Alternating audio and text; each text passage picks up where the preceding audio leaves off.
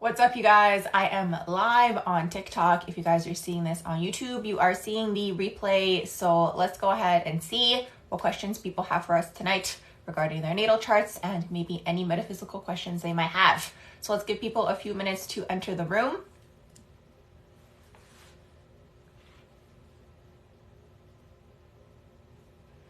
Welcome, welcome. I am answering astrology questions, natal chart questions, questions you might have about your own natal charts. So if you guys have any questions, feel free to comment below.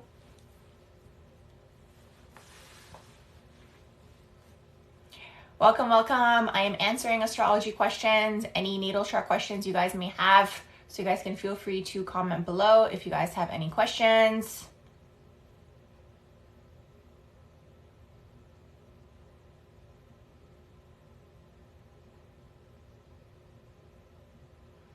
Welcome, welcome. I'm answering astrology questions, natal chart questions. So if you guys have any questions, you guys can feel free to comment below.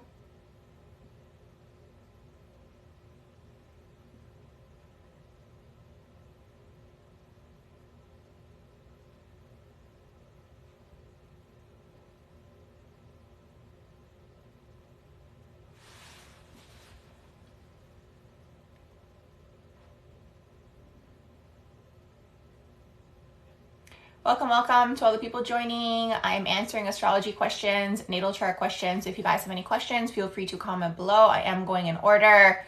Does Mercury opposition Saturn make you dumb? No, it does not make you dumb. Welcome, welcome to all the people joining. If you guys have any astrology questions, any natal chart questions, you guys can feel free to comment below. I am going in order.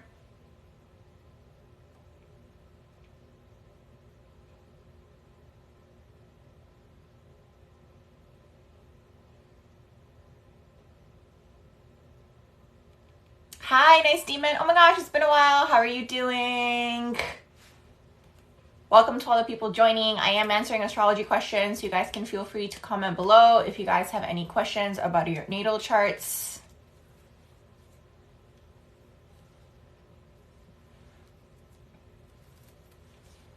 Yes, yes, yes. I can't forget your name. I love the name that you have on here. Welcome, welcome, welcome to all the people joining. If you guys have any questions about astrology, your natal charts, or metaphysics in general, feel free to comment below.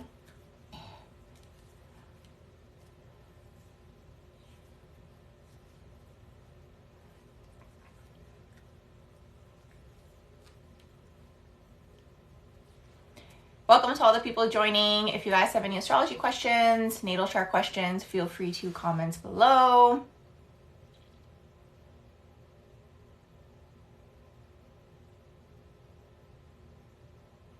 You do have questions, your chart is too serious. What do you mean by this?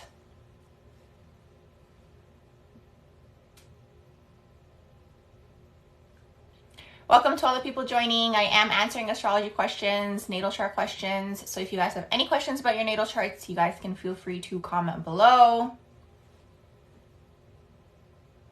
You have Jupiter in Pisces. Do I have any thoughts? Yes, Jupiter in Pisces is a pretty good placement. It's going to expand your ideas and your dreams. So when you have this placement, like, you can basically make money off of, now it depends on what house you have it in and obviously on the rest of your natal chart, but you can make money off of Piscean-like things. This can be things like makeup. It can be things like movies, screenwriting. It can be anything, because Pisces dreams. They're the dreamer. It can be spirituality. It can even be astrology. So it really, really depends all about the illusions. But you're going to have to work on grounding it into the physical reality. You said you had an astrologer look at your natal chart and said that you're too serious, that you're too serious, or that your chart is too serious. How do you deal with Mars square planets and Moon square planets? What do you have squaring your Mars? That's so interesting. I was just looking today at squaring planets. Yes, they do tend to be a struggle, but if you can give me a little bit more information as to what's squaring and what you have it in, then I can let you know what that means. Welcome to all the people joining. If you guys have any questions about your natal charts, feel free to comment below. I am going in order. Is it normal to go through hell before a new Saturn transit? Yes. Sometimes you start feeling the energy, sometimes even up to a year before your Saturn transits, you're going to start feeling kind of like the theme of what that Saturn transit is going to be. So yes, it is completely normal. Welcome to all the people joining. If you guys have questions about your natal charts or astrology in general, feel free to comment below. I am going in order.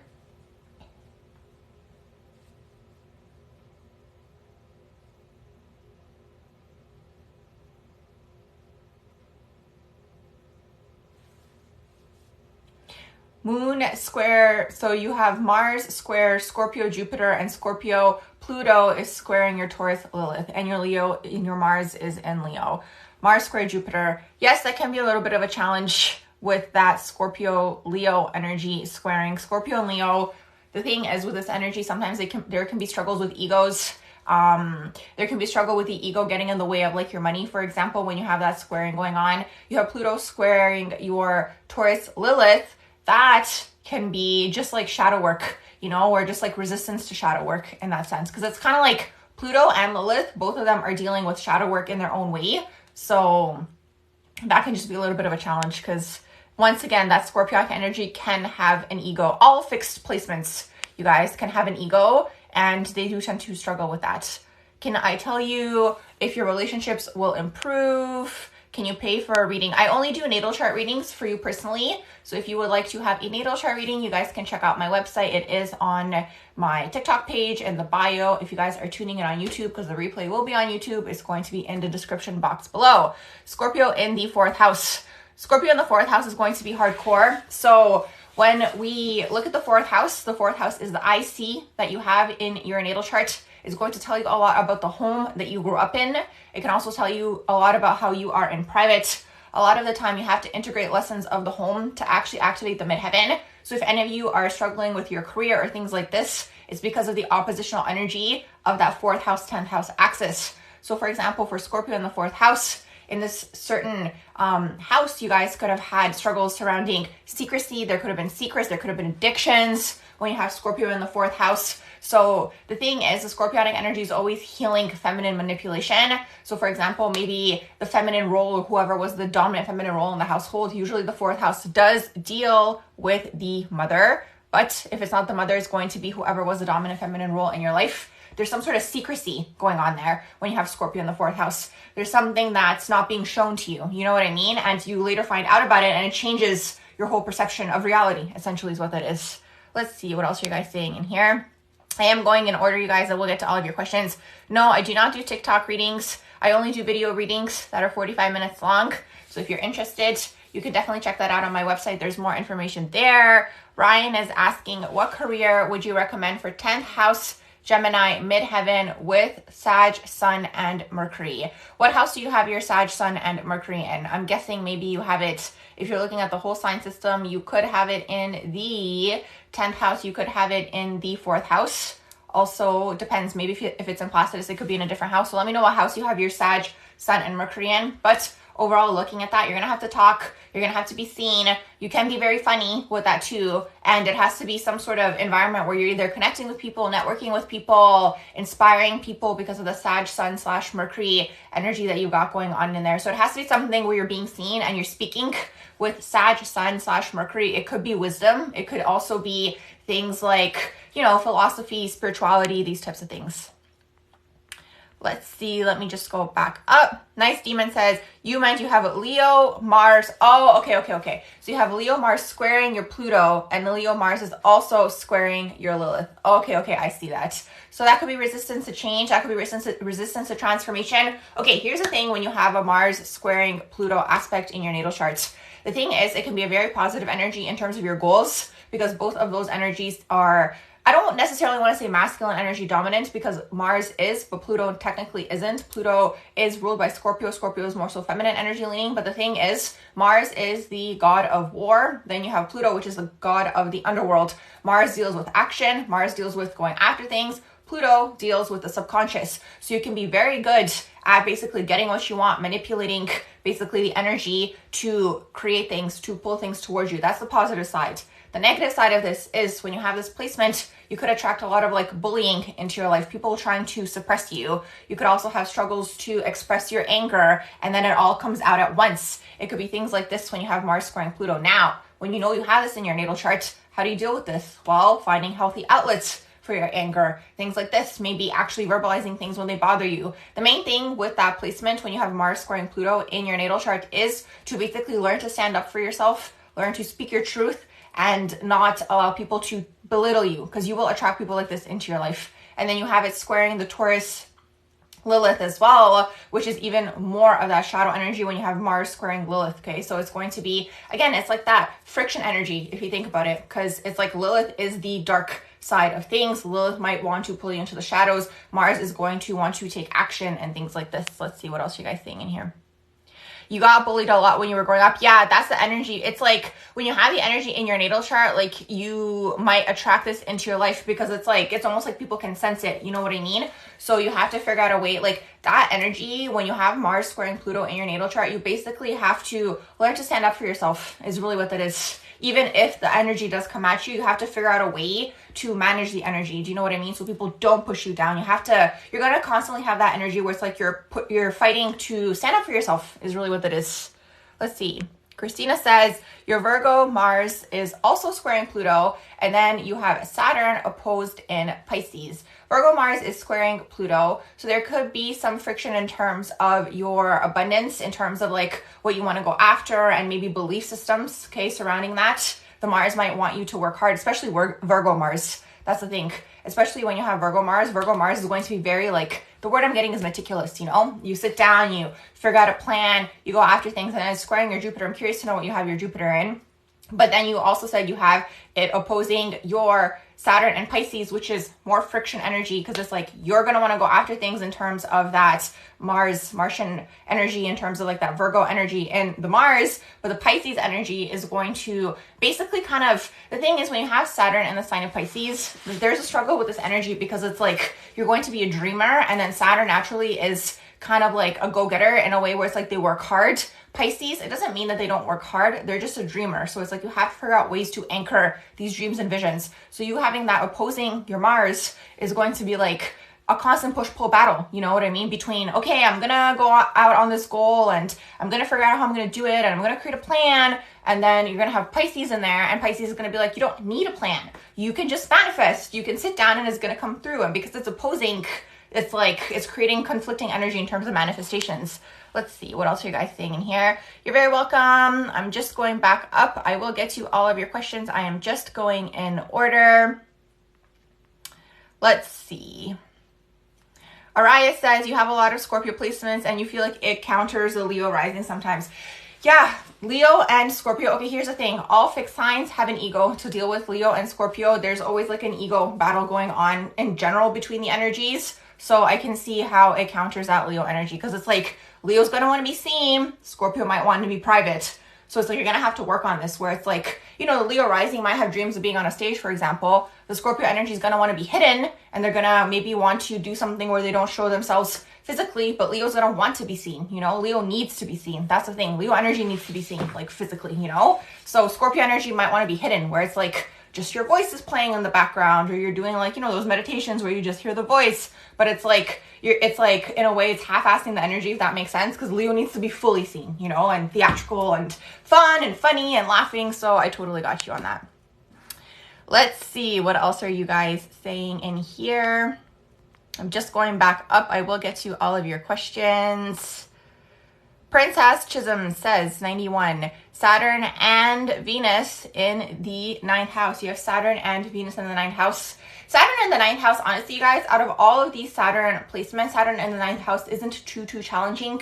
The area might restrict for you. It could be the area of education, higher education, learning, travel. It could restrict this area for you as well, which is interesting, because then you have Venus in the 9th, which basically the Venus in the 9th is where you could potentially meet your partners. It could be abroad. It could be people from different backgrounds than you, people who speak different languages than you. So it's interesting you kind of got that energy going on in there, because it's like Saturn's also restricting this area for you. Ryan says Sun and Mercury in the 3rd house. Okay, yes, so it was in the 3rd house. Okay, good.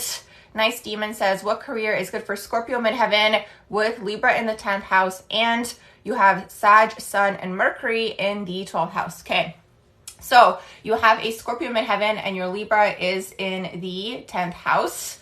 And then you have Sag, Sun, and Mercury in the 12th house.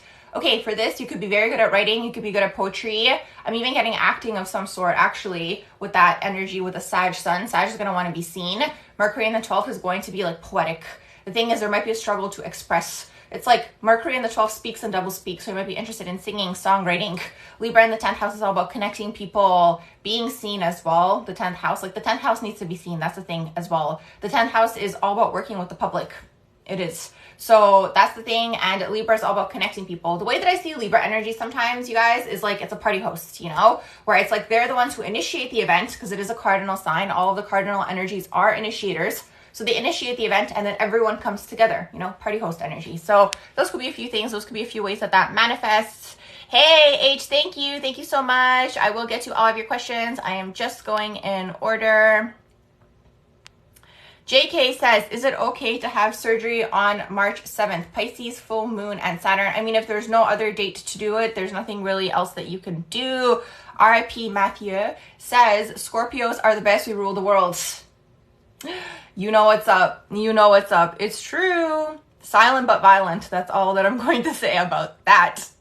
Let's see. Nice Demon says, oh yes, you did already answered that.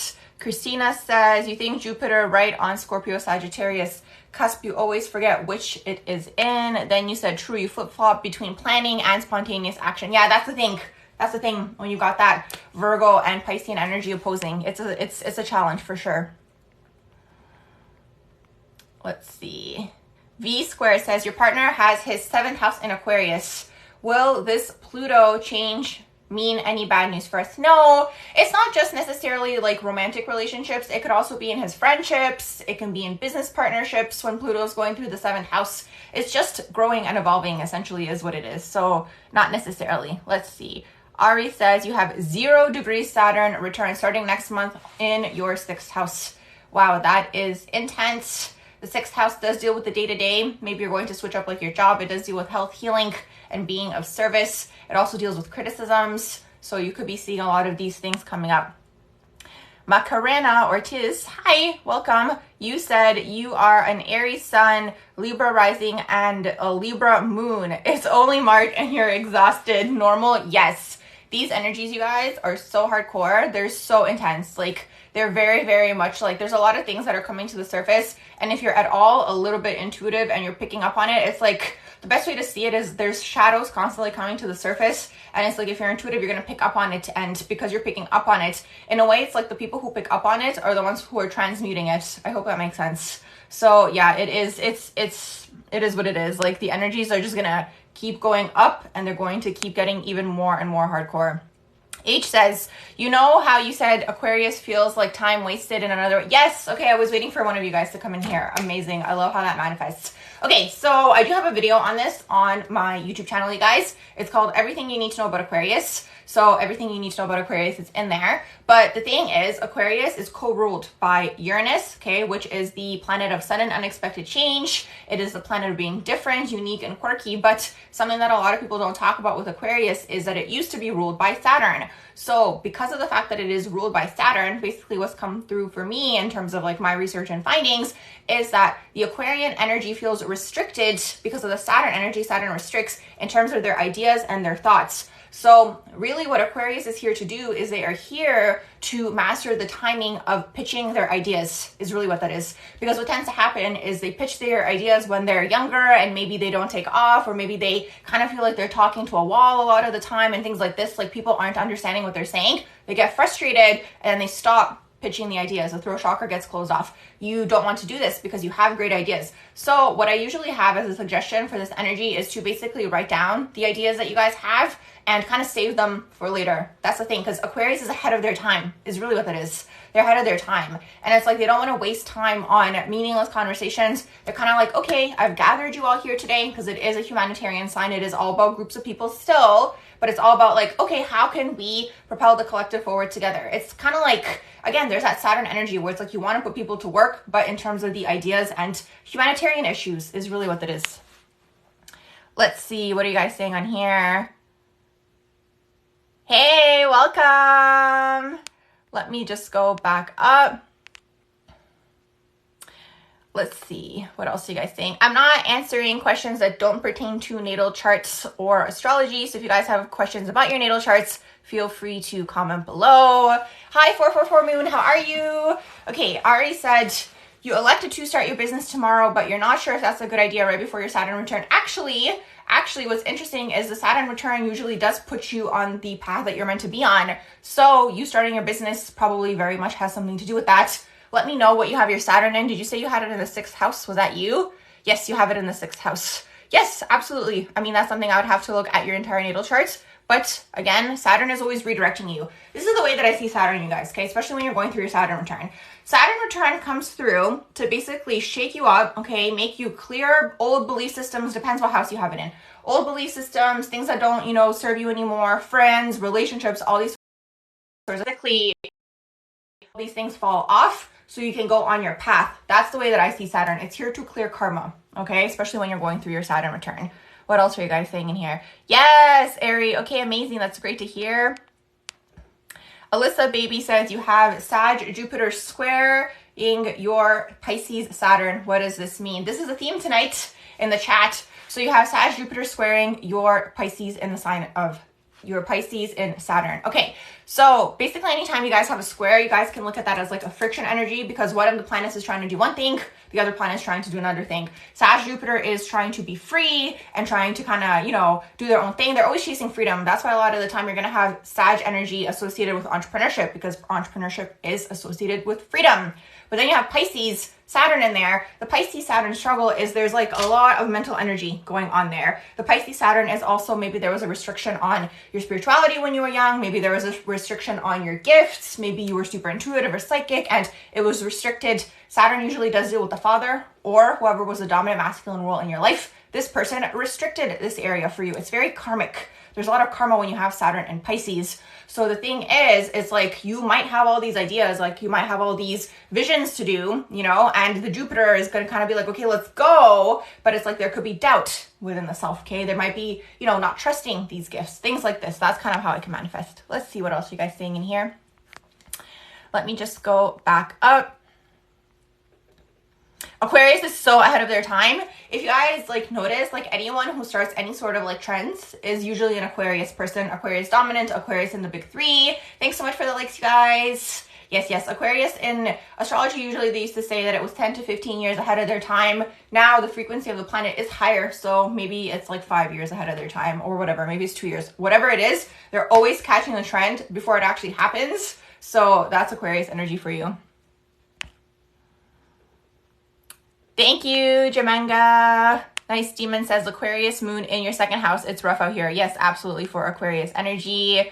Christina said you noticed more than ever the past 2 years how much you feel intuitive affected by projection. How much you feel intuitive affected by projection year. Anna says, what does Saturn in the 2nd house mean? Okay, this is going to be restrictions surrounding your finances. So when you're growing up, when you have Saturn in the 2nd house, usually it's the father, but if it's not the father, it's going to be the masculine dominant role in the household restricts this area for you. So it can manifest a lot of different ways. Maybe there is money in the house, but you feel like there isn't. Okay, now there's a lot of belief systems surrounding money that you have to basically work through. The thing is the 2nd house and Taurus energy also does deal with overall belief systems that are carried over from a past life as well, and values that you carry over as well. So it's when you have Saturn in the 2nd house, there's restrictions, okay, surrounding the belief systems, the values, also money and personal finances. Saturn in the 2nd house, they might switch up their career a lot until they figure out what it is that they want to do. It's lessons surrounding money. A lot of the time with Saturn energy, the way that I see it is it's something that you're meant to master. So the house that you have it in, you're meant to master that area in this lifetime. So for you, Anna, you're meant to master personal finances in this lifetime. Let's see. Let me go back up. I'm going through all of the questions, so I will get to everyone. Pluto in the 4th house. Okay. Whenever you guys have Pluto going through a house, it's basically transforming that house for you throughout this lifetime. The 4th house is also conjuncting the IC and is opposing the midheaven. So when you have Pluto in the 4th house, there are transformations that could have taken place within the home. It's really interesting to see actually what sign you have in there. Let me know if you have Pluto in Sag or if you have Pluto in Scorpio, because when you have the IC in the 4th house, is going to give us even more information as to what kind of home you had when you were growing up. Even the mother, there could be karma surrounding the mother when you have Pluto in the 4th house. It's all to do with even your intuition and nurturing and all these types of things. Pluto's transforming that house for you, and there could have been a lot of changes and transformations in your actual home when you were growing up, and now that could also be affecting the 10th house midheaven because it's opposing, right? So you always have to look at the IC and the midheaven to see what's going on. Let's see what else you guys saying in here.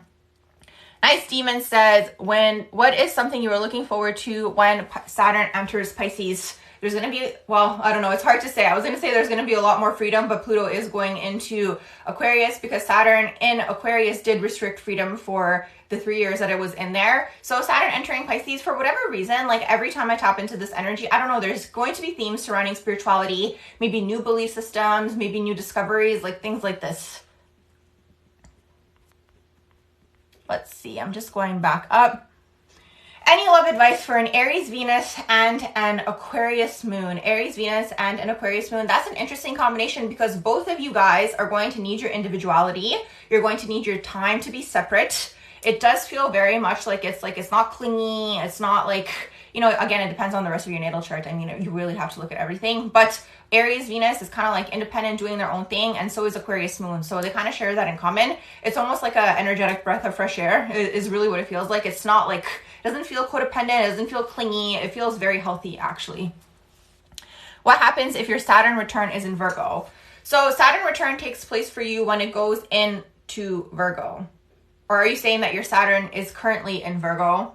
Because if your Saturn is currently in Virgo, you're going to be going through an opposition in terms of Saturn going into Pisces. So let me know. Aries says, yeah, it's your dad's Saturn return in Pisces too. And spot on, he was so strict. Yeah, that's something interesting to see actually, because a lot of parents do share the Saturn return with, or like the Saturn placement with their children. Not necessarily always, but that's just something that I've observed, because it's like anytime you go through a Saturn return, there's some sort of changes that happen within your life. Thank you guys so much for the likes. So there's some sort of changes that happen within your life. So for some people, that could be a birth of a child. So you will notice that sometimes children and parents do share the Saturn placement, which means they're going to be going through the Saturn return at the same time. Can you explain the different moon signs and siblings? Yes, Scorpio and Cancer. So basically what I was saying about that is it really depends on the person's natal chart to see how that child was being raised. So for example, and it's going to be pertaining to the mother predominantly, or whoever was the dominant feminine role in your life, because that's what the moon sign does pertain to. So different moon signs seek different mothers. They seek different things out of their mother. A lot of the time, unfortunately, what does tend to happen is we get the opposite of that. For whatever reason, I mean, the way that I've concluded it is that there's the most amount of growth in this area when you do get the opposite of what you're seeking, and you're meant to break through these things and break through these barriers. So for example, when you have moon in Scorpio and moon in Cancer, both of these children, okay, something that they'll share in common, we can start there, is these children might struggle with codependency, okay, there could be a struggle of that, abandonment, wound. They're both going to be super, super intuitive, and they're both going to be super, super psychic. Differences could be the Scorpio child could be dealing with emotional manipulation that they're healing in this lifetime. Actually, so could Cancer. Cancer also deals with emotional manipulation. So it really, really depends. The Scorpio child, I'm really curious to know who was the older sibling, because I feel like the Scorpio child was the older sibling. So let me know, the Scorpio moon child. Let me go back up. What are your thoughts on Leo Sun, Capricorn Moon, Leo Sun, Libra Moon relationships? The Capricorn Moon is really nice and grounding for Libra. I do find Capricorn energy to be very nice for Libra. They're going to give them the stability that they are seeking. It's going to ground that Libra like airy energy, maybe even like the Libra flakiness. So that's nice. The Leo Suns are very nice in there. You know, you both kind of want to be seen. You have that Leo fiery energy going on within you. It's pretty harmonious, I would say. Yes, I felt like the Scorpio moon sibling was the older sibling, because what I was picking up on was an emotional unavailability, okay, within that parent when the Scorpio moon, because that's what Scorpio moon struggles with. There could be emotional unavailability within the mother or whoever was the dominant feminine role when that child was growing up. So that's what I was picking up for the Scorpio moon child. And then the Cancer moon child, it can go two ways, you know, because it's like all signs can really go two ways. But the thing is, the Scorpio moon energy, like, honestly, I have a whole video on it on my YouTube channel. Like, no matter what I say is literally going to just be like scratching the surface. The Scorpio moon energy is basically healing feminine manipulation, things that you weren't, you know, seeing when you were growing up and things like this. And then the Cancer moon child could also struggle with things like emotional abandonment, things like this, you know, that's really the energy. A lot of the time when I see Cancer moon in someone's natal chart, I feel like what I pick up on is like orphan past lives, You know, past lives where like the kid was like on the run, or not just like the kid, like when you grow up, like when I tap into these people, there's somehow always not a family, like that's what it is, but they deeply seek this, you know, so it's really, really interesting to see. Let's see. 444 Moon says, how can you utilize having Jupiter, Gemini, 9th house plus Gemini midheaven? That's very nice energy. So you're going to have to talk, okay? You're going to have to figure out a career where you are speaking and where you are teaching something, because you do have that 9th house energy. 9th house energy can be preachy, okay? When you have 9th house in a natal chart, they can also like be very much like whatever thing they believe in, they can sell it. That's the thing. So maybe sales even. I'm curious to know maybe for the rest of your natal chart what's going on. But you're going to have to talk and you're going to have to be seen. I find Gemini energy does have to be seen in one way, shape, or form. So it could be things like, you know, they're very funny. Like Gemini energy is very funny. They're very intellectual. So maybe even a comedian, like things like this, you know? Let's see.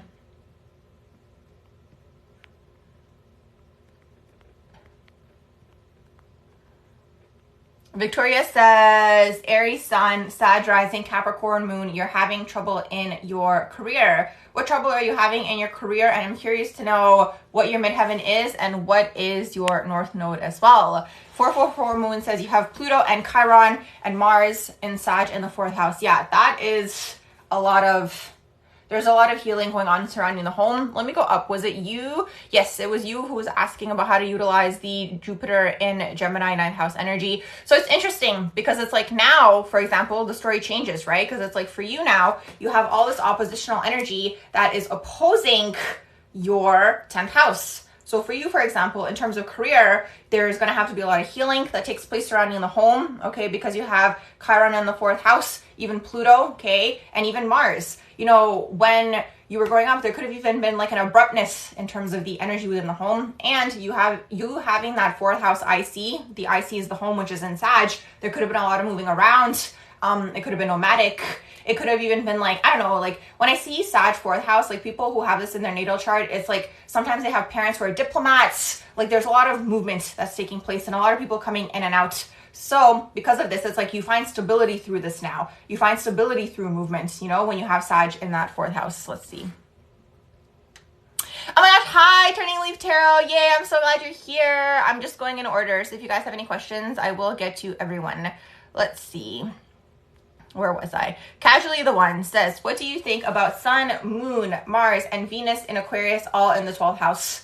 Wow, that is a lot of crown chakra activity going on. Sometimes I find 12th house energy in the sun to be last lifetime. Whatever it is, 12th house in your natal chart, you are closing out some sort of cycle that you weren't able to complete in a past life. And then you have to look at the planet to see what that is. Sun is going to be the ego. A lot of the time, Sun in the 12th house people put other people, you know, on pedestals. They kind of like shine the light on other people. That's Sun in the 12th house. I find a lot of the time Sun in the 12th house has a lot of karma with a lot of people, if that makes sense, where it's like they're basically here to assist a large group of people, okay, in one way, shape, or form. And then especially because you have Venus in there, it's going to be through your friends, through your lovers, through all sorts of interpersonal relationships when you have Venus in the 12th house, okay? A lot of the time they do say it's just your lovers. Venus deals with all interpersonal relationships, you guys, so it is going to be friends. Now you having Aquarius in there, it's like a lot of the karma that's being passed down from your past life is closely connected to your ideas, first of all, but it's like you being ahead of your time. So for example,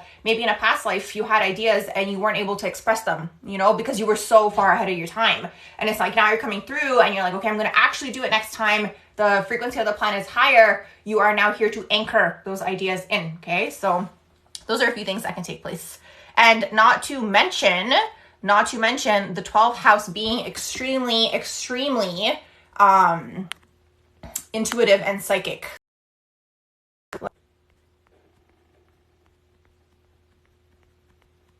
Where was I?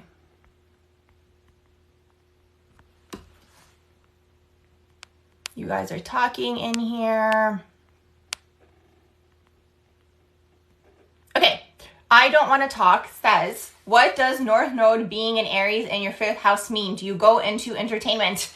Yes, okay, that energy is going to have to be seen. Is it a fame placement? Okay, for fame, I would have to see your whole natal chart because there's so many placements like that you can look at. You can also look at degrees for fame. You also have to look at the planets, all these sorts of things. But what I will say to you is that you do have to express yourself creatively. Like that's, the North Node is your destiny. So you're basically here to express yourself creatively. And it being in Aries, it's all about being that go-getter energy, going after what you want, these types of things. So if you want to go for entertainment, I mean, go for it. The energy is there. Let's see. What else are you guys saying in here? I'm just coming back up. Neptune in the 8th house. Okay, Neptune in the 8th house is going to be struggles surrounding sexuality. Okay, when you have Neptune in the 8th house, it can also be struggles surrounding your vulnerability, expressing your emotions, expressing how you feel. It's all Scorpio-like things. Scorpio deals with sex, death, rebirth, joint finances, the occult, other people's money, other people's assets, debts, taxes, all these types of things. The thing is, okay, basically like the common thread with all of these things when it comes to Scorpio energy is power and control is really what that is. So when you have Neptune in the 8th house, there could be illusions around this. You know, you might have felt powerless at some point in your life because that's what the 8th house deals with. And then Neptune is illusions, like not seeing certain things clearly. Let's see. Aquarius rising men. What would you like to know about them? 444 moon says, you are an Aquarius moon and your brother is an Aries moon. You're both independent and that makes so much sense. Yes, very much so. Frederica says your older brother is Scorpio moon and you are a Sag moon. And that's very interesting because it's like by the time you came along, it's like, okay, now it's all about fun and moving around and having a good time. But like when the brother was growing up, there could have even been like struggles. Do you know what I mean? In terms of like actually having a child, if that makes sense. Let's see, what else are you guys saying in here?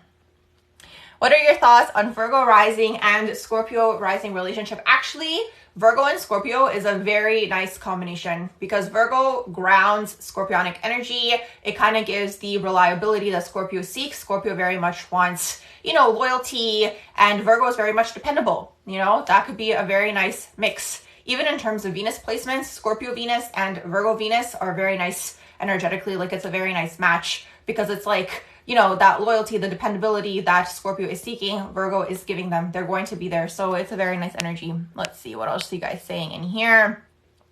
I don't want to talk says, with your Venus being in, you said with your Venus in Aquarius being in the 2nd house. I think I did you already. Nice Demon says, how are we able to use certain placements / aspects to our benefit? Yes, okay. This is the way that I see astrology, you guys. Okay.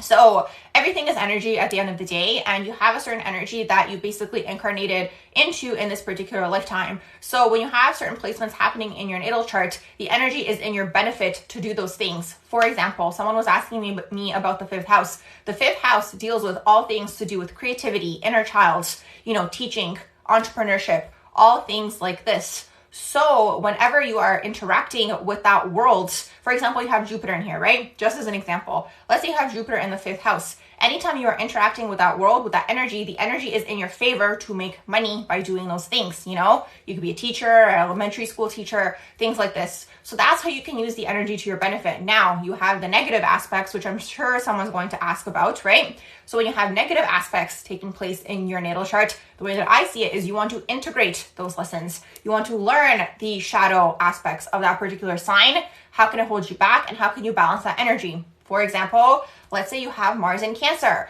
When you have Mars in Cancer, you might struggle with motivation. You could be lethargic. You could be someone who kind of just wants to chill all day, you know, and not really be a go-getter. Knowing this about yourself, how can you balance this energy? That's how I see astrology.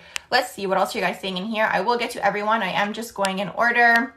Welcome to everyone joining. Thank you, Turning Leaf Tarot. Thank you so much. I'm just going back up. Positive, positive. How are you guys? What's going on? Let me just go back up. I am going in order, so I will get to all of you guys. So Amin says, you're currently seeing 111. What does that mean? 111, I mean, different things are going to mean different things for different people, you know, because it's kind of like, it depends. This is the way that I see numerology. It depends what you have in your natal chart, you know. There's certain numbers that I see personally that match with my personal numerology, which to me is a confirmation of something, you know. When I see a certain number, I'm like, oh, I'm meant to be here right now, you know. So that's one thing that can take place. I know people talk about angel numbers. You can look that up as well if you're interested, you know, in that route. But with numerology, it kind of comes down to what's happening with your own personal numbers. And it's like, what is this number currently telling you? Okay. 1 overall is new beginnings. 11 is all to do with spirituality, your spiritual, you know, energy rising, your, you know, individuality, like these types of things. So it really depends from person to person. Okay, Turning a Leaf Tarot says you're a Gemini Sun, 8th house, Scorpio Moon, 1st house, Libra rising. You mostly have 1st house and 8th house. So it's interesting your name is Turning a Leaf Tarot. You could definitely be interested in the psychic realms, intuitive realms. The 8th house does deal with all things to do metaphysical. It deals with all things to do that are hidden. So I'm curious to know if you're like interested in things like true crime, or you could even be interested in working with like detectives and like the police. And you have 1st house in there, which is nice because it's like the 1st house is going to help you have your own business, you know, when you have 1st house going on in there. Scorpio Moon, super psychic, super intuitive, clairsentient, mediumship abilities. Like these are things that are probably going to take place. And because you do deal with mediumship abilities, there could be something going on here in terms of crossover loved ones, maybe coming to visit you and you helping people in this kind of realm. Let's see what else are you guys saying in here. Thank you so much for the hair compliment. Let me just go back up.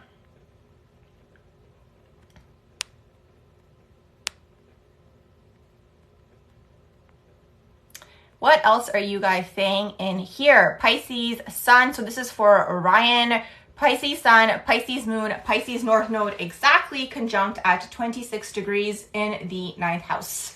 Wow. So you have Pisces Sun, Pisces Moon, and you have Pisces North Node. So in this lifetime, the North Node is where you're heading. The South Node is where you have come from. So with the North Node being where you are heading, you can kind of look at the North Node as like, you know, your North Star. You know, it's the direction you're heading in. So because you have Pisces in here, your current life purpose, okay, deals with all things to do with the spiritual, metaphysical realms. It can also deal with creativity. Pisces is all to do with illusions as well. So you could be interested in writing, poetry, romantic things, right? Romanticizing things, writing romance novels, romance movies. It really depends on the rest of your chart. And it also depends what house. Oh, you said you have it in the 9th house. So this can deal with things, the higher mind, once again, right? Different languages, these types of things. So these could be all things that you are interested in.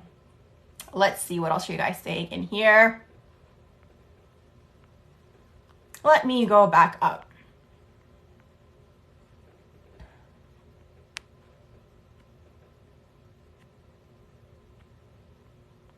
I went down, but I'm coming back up. Do you study astrocartography?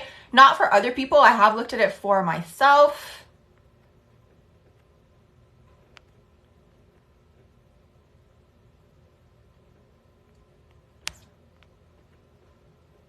Let's see. Welcome, Em. Oh my gosh, love it. Love that you're here.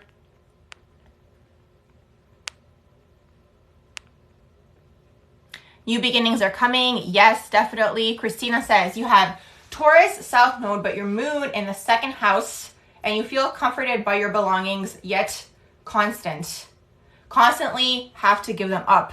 Yeah, that's a very interesting thing. Yes, yes, yes. I can see that happening. Marina says Scorpio Sun, Gemini rising, Aquarius Moon. Welcome. Yes, there's a lot of Aquarius Moons tonight. Usually when I do a live, you guys, there's like a theme in the thread, and I guess tonight's theme is Aquarius Moon. Capricorn Sun squaring your Mars Virgo. So that square for you could be challenges surrounding the ego and basically going after your goals. You could constantly go throughout this push-pull where it's like, I want to go after that goal. There's something that I want to do, especially because it's in Virgo. Virgo is going to be very precise, very particular in terms of what it is that they're trying to do. But the ego, because of the sun, could be in the way of that, you know, where it's kind of like, oh, you know, there could be self-doubt, for example, just as an example. And then it could hinder the ability to go after something. Let's see what else are you guys saying in here. What else are you guys saying in here? I'm just going back up. So 444 moon, hold on, let me go back up. I will come back down to your question in just a second. Turning Leaf Tarot said, what do you think of Libra rising and Scorpio rising in terms of compatibility?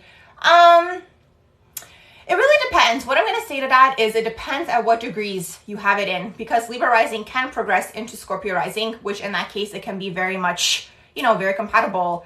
But the thing is, if it's like core Libra rising and core Scorpio rising, it can be a struggle. The thing is, Scorpio wants things to be deep. Scorpio wants things to be like, you know, what are your shadows? Like as soon as you meet like a Scorpionic person, you're going to go straight into like the depths of life. Libra's not like this necessarily a lot of the time. You know what I mean?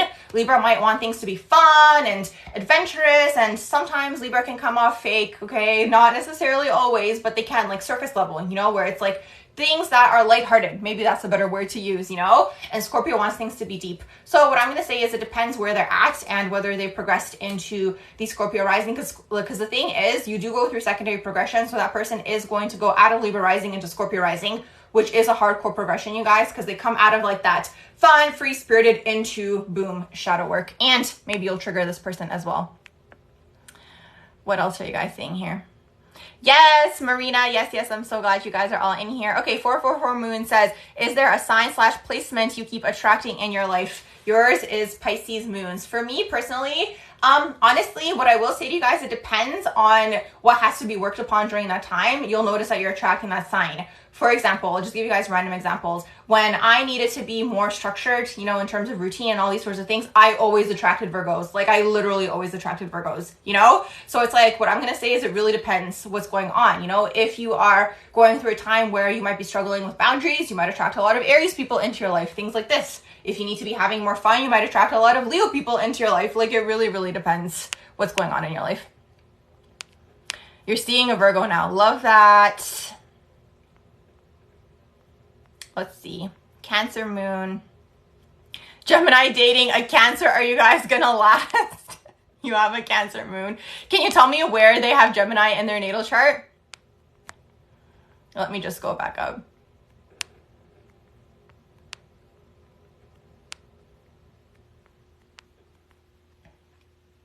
Okay, I don't want to talk says you have your moon, Pluto, Mars in the first house of Sag. Do you have qualities of all of those signs? What do you mean by that? Chris H says you have Jupiter, Sagittarius in the third house. That's another theme tonight. Another theme that we have tonight is Jupiter and Sag.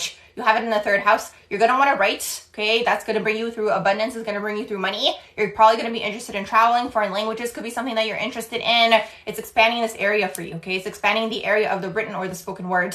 So you're going to have to talk, okay? Keep that in mind. Empty first house. Okay, so we don't...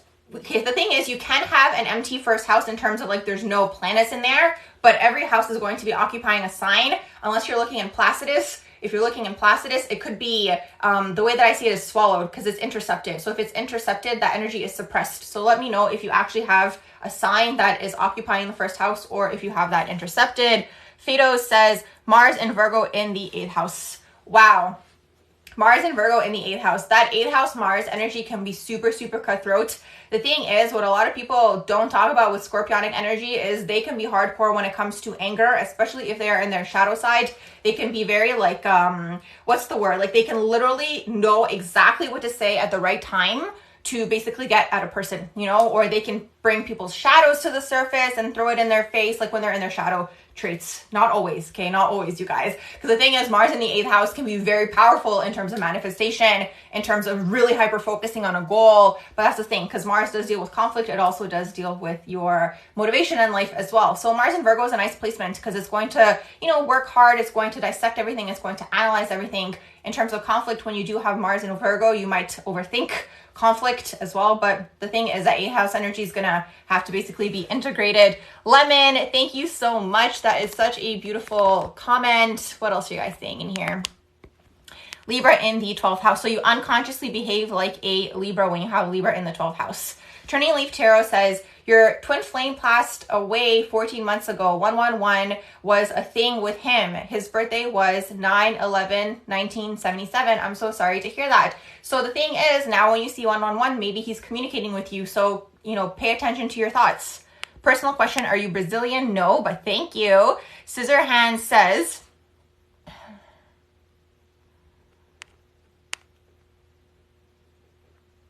Turning Leaf Tarot says, I love true crime, but it makes you cry too much. You feel it all. Absolutely. Dot, thank you for the compliment. Scissor Hands, thank you for that as well. Let's see. Dot, thank you for another compliment. Oh my gosh, you guys are awesome in the chat tonight. Thank you, thank you, thank you. Let's see. Sketchity says, is it possible to have a sign in 2 houses? Cancer rising, but your 3rd house? Yes. Okay, so if you're looking at Placidus, yes, you can have a sign occupying 2 houses, which means then another one of your signs is going to be intercepted. If you guys want to learn more about intercepted signs, houses, and planets, you guys can check out my YouTube channel. It's called Barbara Talks. And on there, you guys can basically learn more about what this means, because intercepted means that there is a sign that's occupying 2 houses and one of the signs doesn't have a house. Thank you so much for the rose. Let's see, what else are you guys saying in here? I'm just going back up.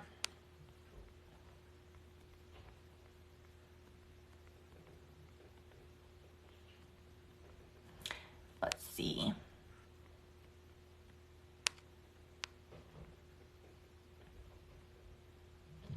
So this is for user 567404. You said you have Sun, Jupiter, and Moon in the 10th house and midheaven in Taurus. Any advice? Sun, Jupiter, and Moon in the 10th house, and then you have your midheaven in Taurus. Do you have all of those planets in the sign of Taurus? Basically, you're a builder, okay? You're here to build something. A lot of the time, you're going to hear people who have Taurus midheaven saying things like, I want to build my legacy. Like, that's very much Taurus midheaven, okay? When you have that placement. The thing is, this is how you want to be seen by the public. It's also all to do with personal finances. You're going to want material things. You're going to want luxurious things. And then you have all those planets conjuncting in there, the 10th house. So those are nice placements. The thing is, when you have Sun, it's your ego. Jupiter's expanding this area for you, which is the 10th house. The Moon is all about your emotional world. So when you have a lot of 10th house energy in your natal chart, which is a stellium is what we would call it, you're someone who has to work with the public, you know? I mean, you don't have to do anything you don't want to, but you're going to have this desire. You're going to have a desire line to work with the public. It could be things like this. It could be government jobs. It can be being a lawyer. It can be, it really depends. It really depends on the rest of your natal chart. Taurus energy in there is going to make you or have you work hard. Yes, it's all in Taurus. Okay, good to know. So yes, it's all in Taurus. So that Taurus energy, the dreams that you have probably are of not necessarily wealth, but it is luxury. That's the thing. You're going to want to have luxurious vacations. You're going to want to go, you know, like the tropics, you know, those people who have like the Instagram pictures and like the luxurious spots, like things like this. And the 10th house will allow you to do this. The thing is, what I will say though with the 10th house is usually because it is ruled by Saturn, it is the second half of life. So a lot of the time you do see 10th house rewards in the second half of life. That's what they do say in astrology. Now, don't let that discourage anyone. The way that I see it, at least now, is the frequency of the planets higher. So things can happen sooner for people. They can happen sooner because people are learning things faster. But overall in astrology, they do say second half of life. What else are you guys saying in here? Let me go back up.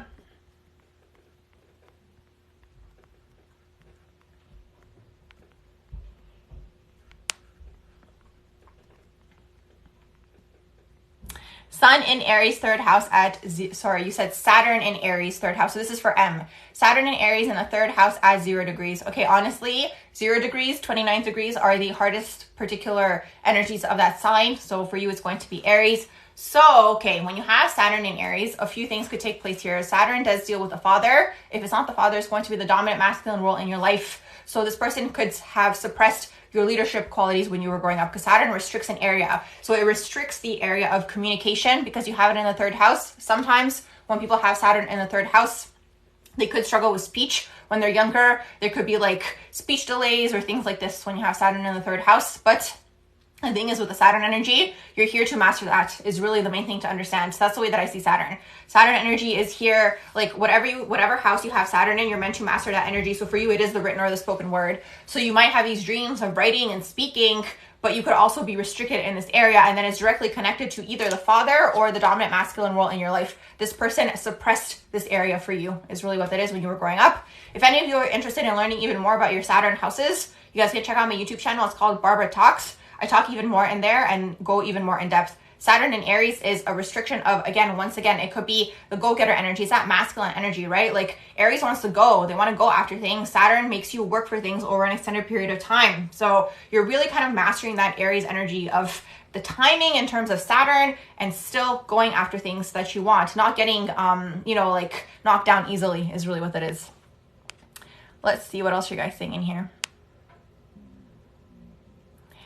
Welcome, welcome, welcome to all the people joining. Let me just go back up.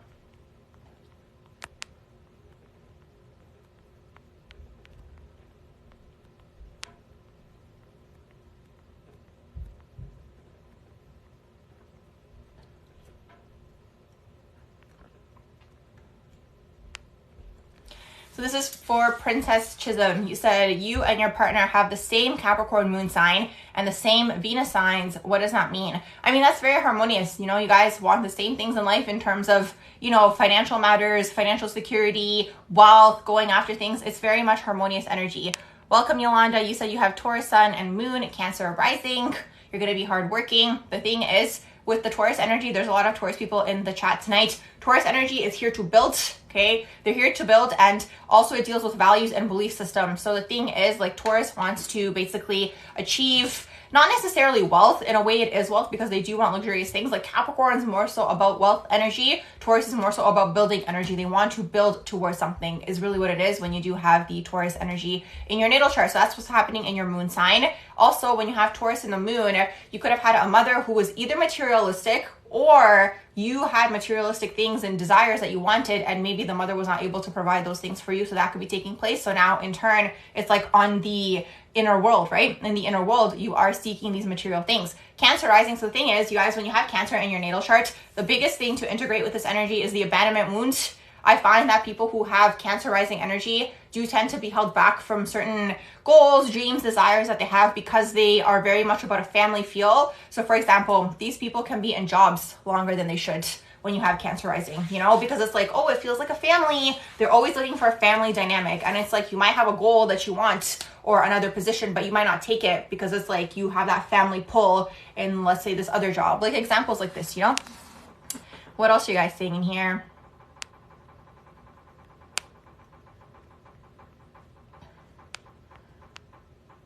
Hey, Luke, how are you doing?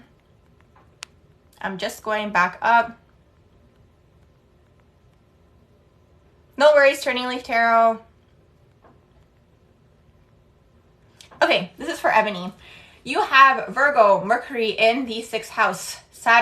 Will Saturn in Pisces affect your logic in any type of way? Saturn in Pisces, you said you have Virgo, Mercury. I mean, you are going to be going through an opposition during this time, so you could have a little bit more of a challenging time because it is going to be opposing the Mercury energy, but I wouldn't say that it's going to be like to an extreme extent, you know? Again, knowing that this is happening and that this is taking place is really all that you can do, right? The awareness of it. Gemini North Node in the 8th house. Okay, Gemini North Node in the 8th house.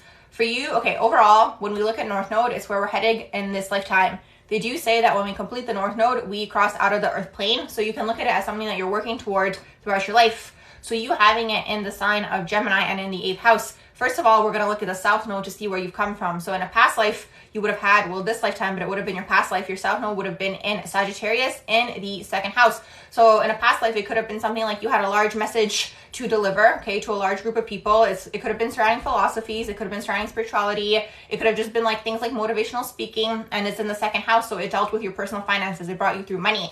This lifetime, 8th house deals with other people's money, okay? The 8th house, and then you have Gemini. Gemini North Node energy is kind of like a big fish in a small pond. So you'll find people who are mayors, you know, or you could be a very well-known dance studio, for example, when you have Gemini North Node. With it being in the 8th house, you might be interested in things like, it could be on a huge range, honestly, because the 8th house deals with a lot of things. It deals with sex, death, rebirth, joint finances, taxes, the occult. It deals with all the taboo things in society. So, for example, you could be interested in being like a sex therapist, you know, when you have the 8th house going on in your North Node. It can also be things like astrology. It can be things like mediumship. It can be things like money overall. You know, the 8th house energy, what people don't talk about with Scorpio 8th house is that they are all about the money, but it's other people's money that they're working with. So it can be kind of like, let's say you're working as a financial advisor, you're working with other people's money, you know, things like this, or you had an inheritance and you're now making more money from other people's money. That's the thing. That's kind of like the karma with the 8th house. It's other people's money. And on top of that is also going to be karma surrounding taxes and all these sorts of things. All sorts of money matters.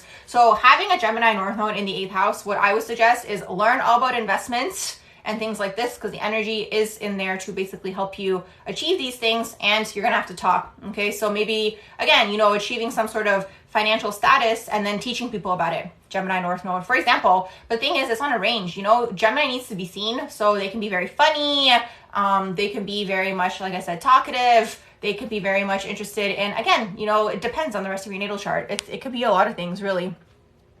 What else are you guys saying in here? Let me go back up. Oh my gosh, there is so many of you guys. Welcome, welcome, welcome. I am just going in order. I will try to get to everyone. Let's see. You're at the 29th degree of Libra rising. What else are you guys seeing in here? You're seeing a Virgo now. Fatima says, thoughts on Mars and Mercury being in Pisces in your 8th house.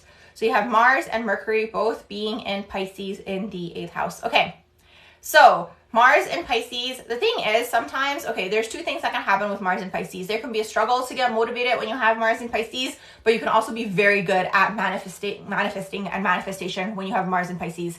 Like, that's what's really important to understand, because it's like Pisces is all about the dreams and the visions. The thing is, when you have Mars and Pisces, you might have to motivate yourself. Because the thing is, okay, when you have Pisces energy in your natal chart, you guys, what's important to understand is Pisces energy is unconsciously always looking to be led. You know what I mean? So it's like unconsciously they attract their opposition, which is Virgo. Okay, they attract these people because it's like they're so flowy, they need to learn to contain the energy, and a lot of the time they do attract a container. So knowing this about yourself, it's all about learning how you can lead yourself, how you can contain this energy for yourself, because Pisces energy is super powerful if they don't get lost in the ideas and the thoughts. You're going to be super psychic, having Mercury in Pisces and in the 8th house. You're probably going to have mediumship abilities with that 8th house energy going on in there.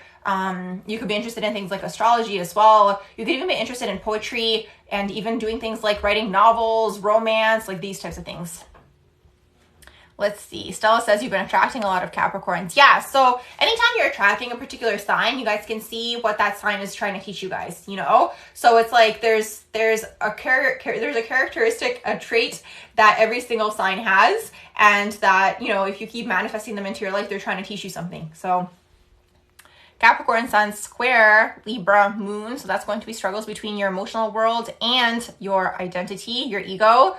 How do you work with your Sun and Pisces in the 3rd house? How do you work with Saturn, Pisces in the 3rd house? Okay, so wherever you guys have Saturn in your natal chart, this area is going to be restricted for you in this lifetime. And the thing is, it's usually restricted by the father figure. If it's not the father, it's going to be the dominant masculine role when you guys were growing up, okay? So that's what Saturn is all about. And then it perpetuates, you know, it starts with the first authoritative figure, which is usually the father. And then it moves into your teachers, it moves into your managers, it moves out throughout your life. You guys see this pattern happening. So it's like for you, when you have Saturn and Pisces, nice demon, in the 3rd house, that 3rd house energy is all about speaking. It's all about being creative. I'm not sure if you were in the room earlier when I was speaking to the other person who had Saturn in the 3rd house, but when you have Saturn in the 3rd house, there could be struggles surrounding speech, struggles surrounding, you know, getting your ideas out, getting your thoughts out there. You might be interested in writing and speaking, especially because you have Pisces also going on in the 3rd house. So it's going to be things to do with like romantic writing, poetry, you know? Pisces is all about the romance and the dreams and the visions and all these sorts of things. And then you have it in the 3rd house,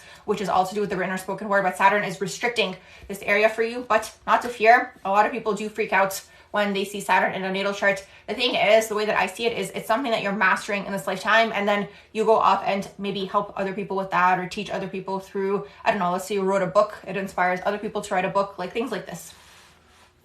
Let's see, what else are you guys seeing in here? Let me go back up. Welcome to all the people who are joining. You guys can check out my YouTube channel too. I talk so much more on there. It is called Barbara Talks.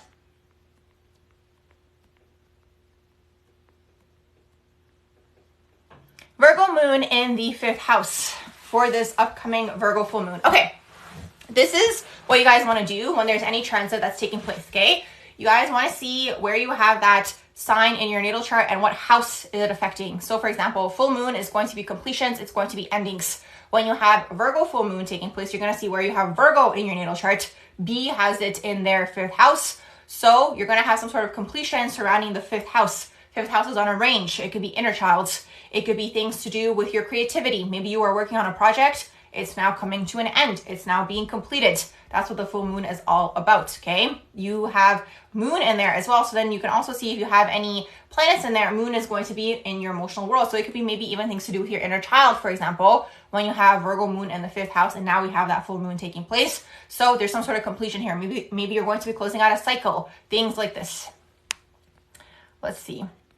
Your 7th house, this is for Alyssa Baby. Your 7th house in Aquarius looks intercepted. Will you find love? Yes, there's a lot of things to look for in a natal chart when it comes to romance and relationships. You can also look at your 7th house ruler. You can also look at your Juno. There's a lot of different things to look at. So no worries. The thing is, when you have something intercepted in your natal chart, it just means that energy is suppressed And the 7th house can also deal with your friendships as well. It can also deal with your indulgences in life as well. That's really what the 7th house is all about. So when it's intercepted, it's kind of like, it also depends to see if you have planets in there and if the planets are intercepted, but it's a suppression of this energy, okay? So this energy was suppressed when you were growing up, and basically you might have to work harder to get it out. Let's see, Kiki says, how is an 11th house Libra Venus and Scorpio 12th house Mars person in a relationship?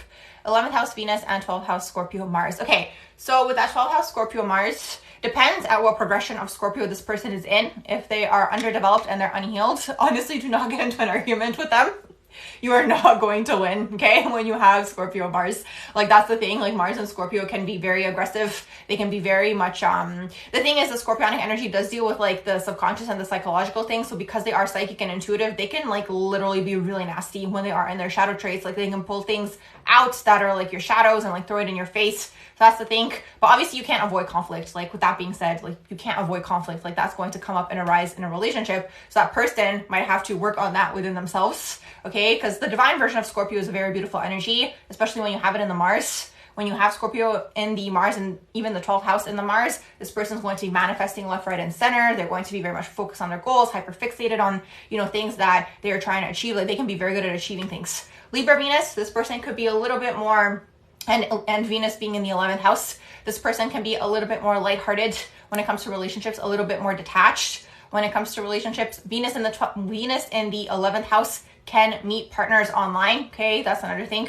Also, when you have Venus in the 11th house. So those are some things that can take place. Let's see what else you guys saying in here. Thank you for the compliment, relative strength. You love the way that I articulate my explanations. Thank you. I'm glad that it all makes sense. Let me go back up. Do I use whole sign or Placidus? I use Placidus for my natal chart readings. Let's see.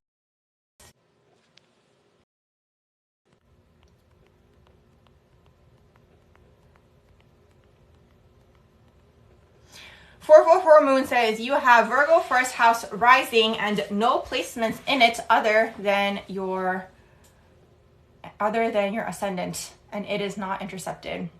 So you were talking about the empty house. So the thing is, it is your rising sign, you know? So it's like, because it's your rising sign, it's how you present to the world. It's something that I would have to see your whole natal chart to see like what's going on. Let's see. Stella says you have Sagittarius in the North Node. What does that mean? So should you avoid Sagittarius no matter what? No. It doesn't mean you should avoid Sagittarius energy. Okay, North Node, you guys, is where you're heading in this lifetime, okay? So you can look at it as like your destiny in this particular lifetime. To understand North Node, you're going to look at the South Node. So South Node for you would have been in Gemini. So in a past life, you could have been a big fish in a small pond. You could have been like a mayor. You could have been like I gave an example earlier of like owning a dance studio that's very well known in the town, like things like this. Now you have North Node in Sag. North Node in Sag is going to be all about a large message, okay, to a large group of people. It can also be things like talking about spirituality. It can be things talking about anything really. Like Sag finds things that they love and they can preach those things. It's all about belief systems, you know, when you have North Node in Sag. Andrea says you have Jupiter in Capricorn in the 4th house, Libra rising. Jupiter in Capricorn in the 4th house, Libra rising. Jupiter Capricorn in the 4th house. While having Capricorn in your 4th house, there could have been struggles when you were growing up. It could have been a home where the parents' roles were reversed. So the mother could have taken on the masculine fatherly role. The father could have taken on maybe the feminine role, or maybe the mother took on both masculine and feminine role when you have Capricorn in the 4th house. Libra rising is always going to struggle with people pleasing.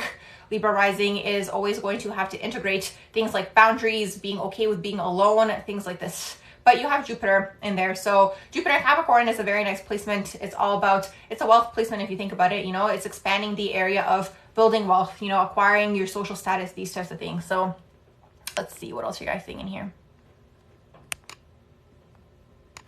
Thank you for the roses.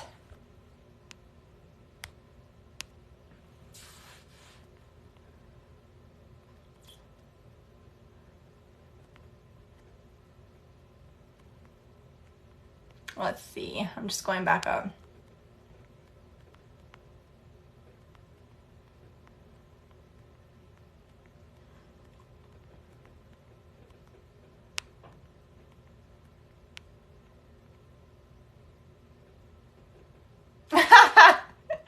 Thank you. Oh my gosh. Okay, hold on. I'm trying to find where I was. Turning Leaf Tarot said he's your strongest guide. That's good to know. What else are you guys saying in here? 7th house is not intercepted. Okay, that's nice. Let's see. Okay, Luke Hardwood says, Leo, 7th house. By the way, Luke, thank you so much for all the roses that you've been sending. You said Leo, 7th house, Virgo intercepted, Sun, Virgo, Mars, Virgo, Mercury, Libra, Venus, Libra, Lilith, Libra. Wow, that is a lot of Libra and Virgo energy. And you said you have Virgo intercepted. Okay, when you have Virgo intercepted, so anytime you have an interception in your natal chart, you're going to have Virgo and Pisces intercepted. You're going to have both of those placements intercepted. I'm curious to know what house you have Virgo in, because that's also going to be intercepted. And then on top of that, you said you have Sun in Virgo, Mars in Virgo. So these things are going to be intercepted. So you guys, when you have something that's intercepted in your natal chart, the energy is swallowed up. Okay, it's swallowed up in your natal chart, which means it didn't get to be expressed when you were younger. So for example, when you have Virgo intercepted, maybe there wasn't routine within the home. And then you have Pisces intercepted, which means maybe there wasn't, talks about spirituality within the home.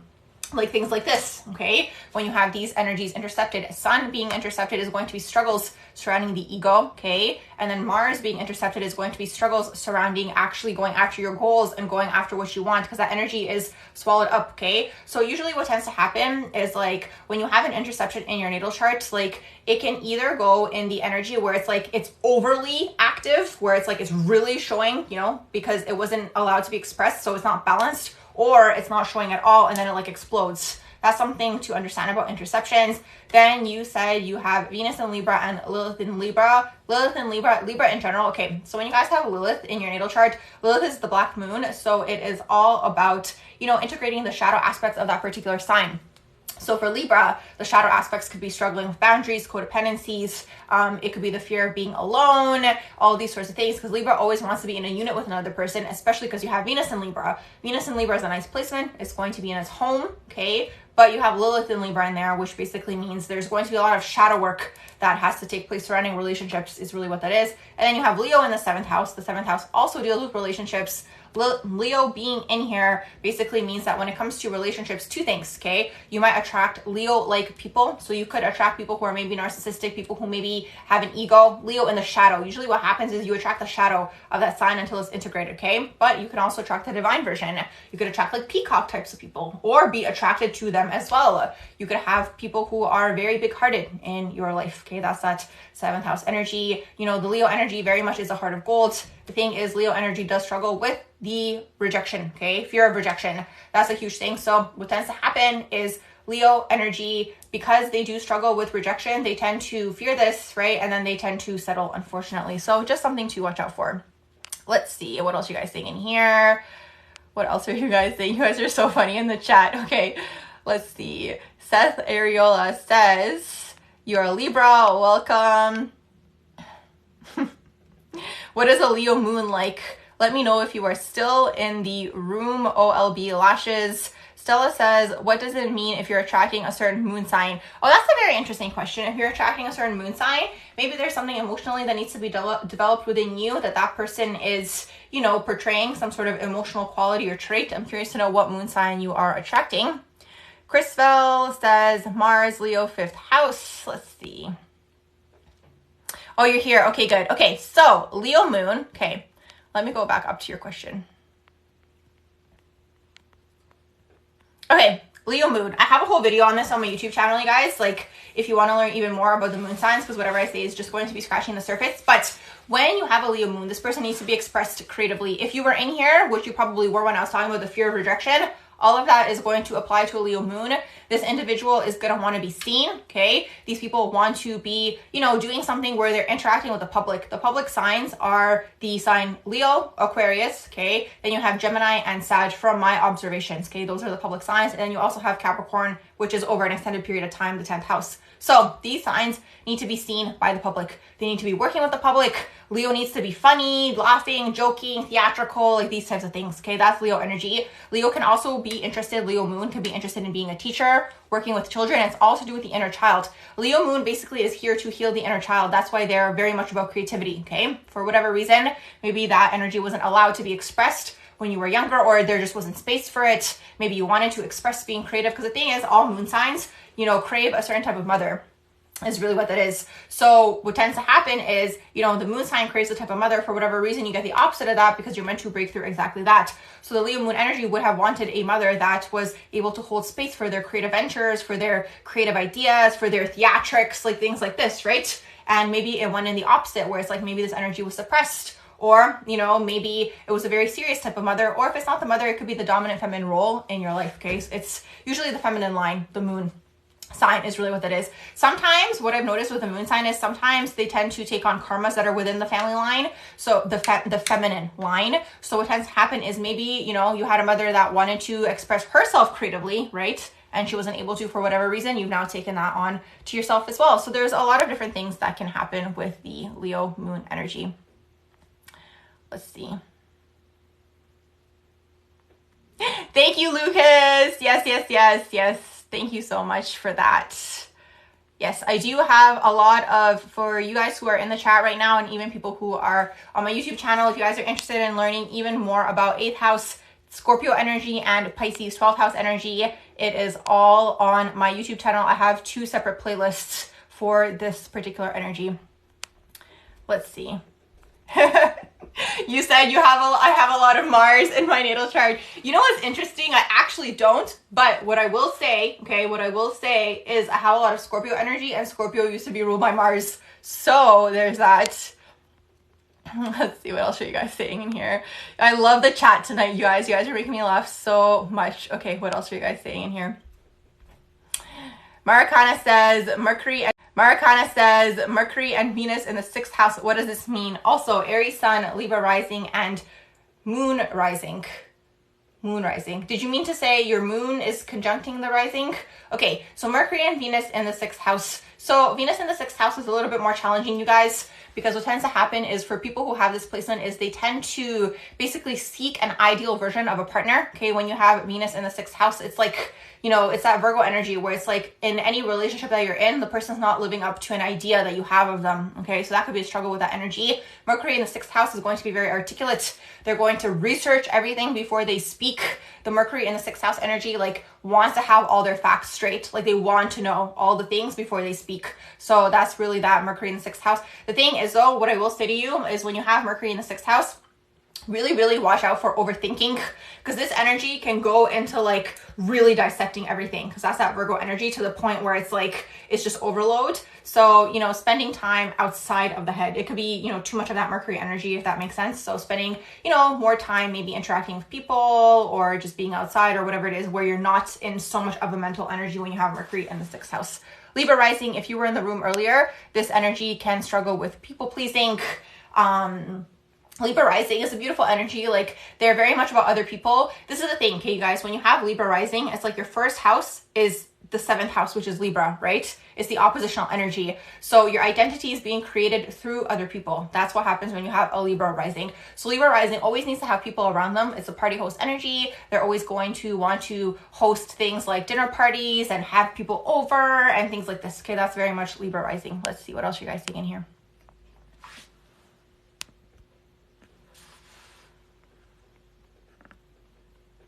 Yay, I'm glad that was insightful. I'm glad it resonated.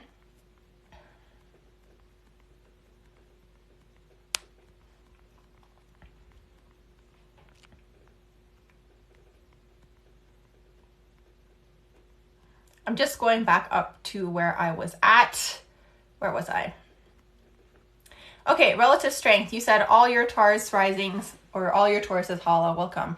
You are Virgo, Mars in Gemini in the 12th house. I hate you in the feels. Ooh, okay, I'm glad. Let's see. M says Capricorn, 1st house, conjunct ascendant, Sagittarius, 12th house.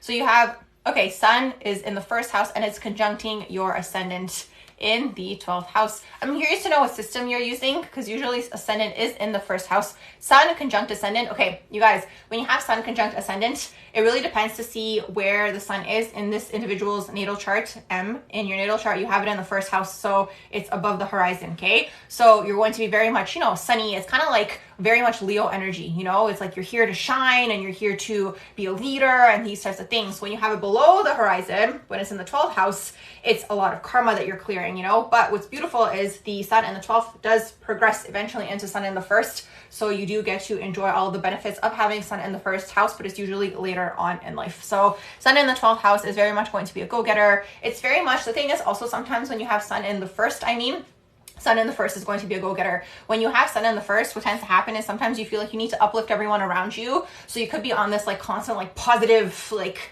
you know, spree, because it's like you're the light, you know, and it's kind of like if you're down, like the mood is like really down because you're uplifting everyone. Like that's sun in the 1st. Sun in the 1st is always seen no matter what they do. Like you walk into a room, people come to you, you know, it's like there's a light, you know, within you, whether you were trying or not trying. That's very much sun in the 1st house. Let's see what else you guys saying in here. Who are my favorite astrologers? I would have to think about that. Let's see. Andrea says Cancer, Sun, Libra, Moon, and Rising. Jupiter in the 4th house, Capricorn. Okay, I think I went over Jupiter in the 4th house for you, but you said you have Cancer, Sun, Libra, Moon, and Rising. You're going to be very like even-tempered, and it's a lot of cardinal energy. So the thing is, you guys, when you have a lot of cardinal energy in your natal chart, you're going to be very much also a go-getter in your own way. That's something that a lot of people don't mention in terms of cardinal energy. Because the thing is, cardinal signs are the beginning of each of the seasons. So it's like they're going after things. So when you have Libra energy in your natal chart or cardinal energy overall, you could be interested, for example, with this individual, right? Andrea, you have Jupiter in Capricorn. You might be interested in having your own business. Then you have Libra, Moon, and Rising, which is going to help you negotiate with people. Like Libra can be very good at business, okay? And then you have Cancer Sun, which kind of gives you like that homey energy to people. You know what I mean? So the thing is, though, what I'm going to say one more time for people who have Cancer energy in their natal chart, it's going to be really, really important to integrate the abandonment wound, because I find that that's the biggest thing that holds Cancerian people back from their goals in life. Let's see what else you guys saying in here. Just for laughs, you said Rachel is a Libra, Ross is a Scorpio, Chandler is a Capricorn, Phoebe is a Pisces, Monica is a Virgo, Joey is a Leo. Oh my gosh, yeah, I can see all of that. Actually, are they those signs in like real life too? Let's see. Let me just go back up.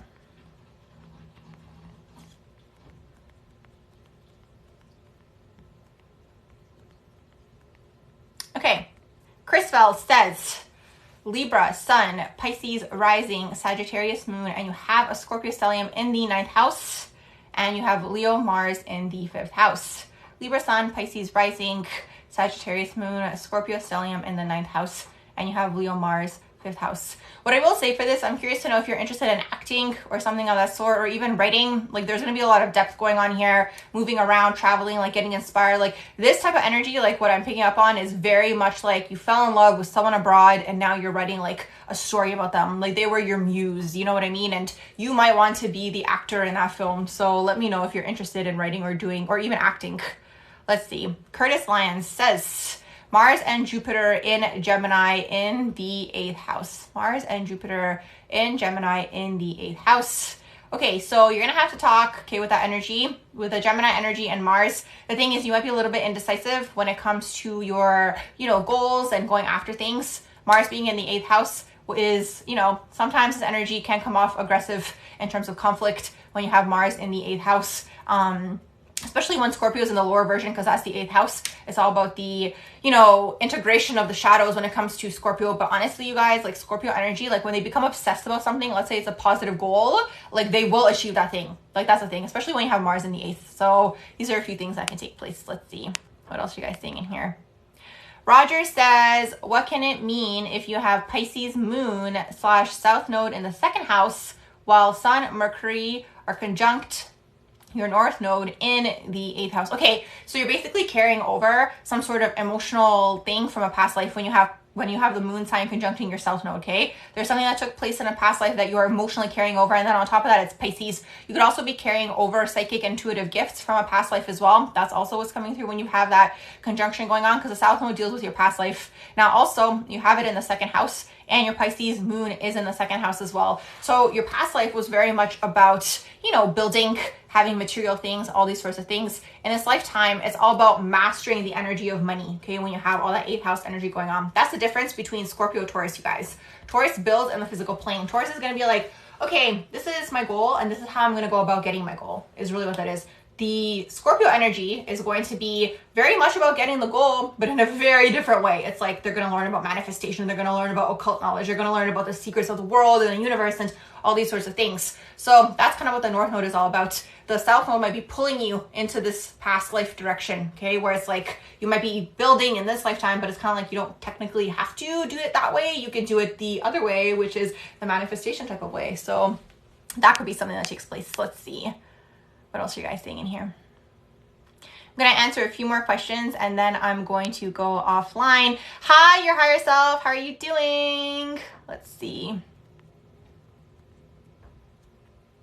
Thank you, Lucas, for the compliment. Oh my gosh, I'm so glad you are enjoying my YouTube channel. You guys, go subscribe to my YouTube channel if you guys are interested in even learning even more. It's called Barbara Talks. Okay, it's called Barbara Talks. I talk and talk and talk and talk. I talk and talk and talk and talk on there for days and days and days and days. So definitely check it out. There's so much more information on there. No matter what I say here is just like literally scratching the surface. Astrology is, for some astrologers, they learn astrology like a lifelong type of thing. Like they're learning it for their entire lives. There's so much to learn, so much to learn. Let's see. What else are you guys saying in here? So relative strength says you have Mars and Gemini in the 12th house. And were you guessing that for me? Is that what you have? Because I remember earlier you were saying you had something else going on in there. Let's see. 8th house Taurus sun. Very interesting placement. That's oppositional energy going on in there with the Taurus and the 8th house. The Taurus sun is going to make you very much like, sometimes I find Taurus energy, okay, this is what I love about Taurus energy. Like sometimes they're very much no BS. Like what you get is what you see. Like what you see is what you get with Taurus energy. Sometimes like they're straight and to the point. That's what I love about Taurus. And then you have 8th house going on in there. 8th house energy is, you know, when you have sun in the 8th house, first of all, there's a lot of karma to clear. There's a lot of trauma to integrate. But the thing is, when you get past a lot of those things, you go into the beautiful versions of Scorpio, which is being the alchemist and basically manifesting left, right, and center and using your mind. That's what Scorpio is all about because it deals with the subconscious. They are able to learn to use their mind very, very well. Let's see what else you guys saying in here. Let's see what else are you guys saying in here. Thanks, Melissa. Oh my gosh, sending love to all of you guys. Thank you all for being here. Let me just go back up and see what else you guys are saying in here.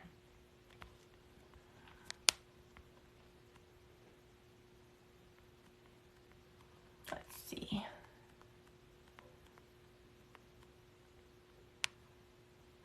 Is sidereal as accurate as tropical? Very interesting question. I do get this question a lot. Honestly, what I always say to this question is see what resonates most for you and your own natal chart, especially if you're interested in looking at other people's natal charts or even reading people's natal charts. If you guys are interested in doing that, you have to see what resonates more for you. So what I would say is learn both at the same time and see which one resonates more for you.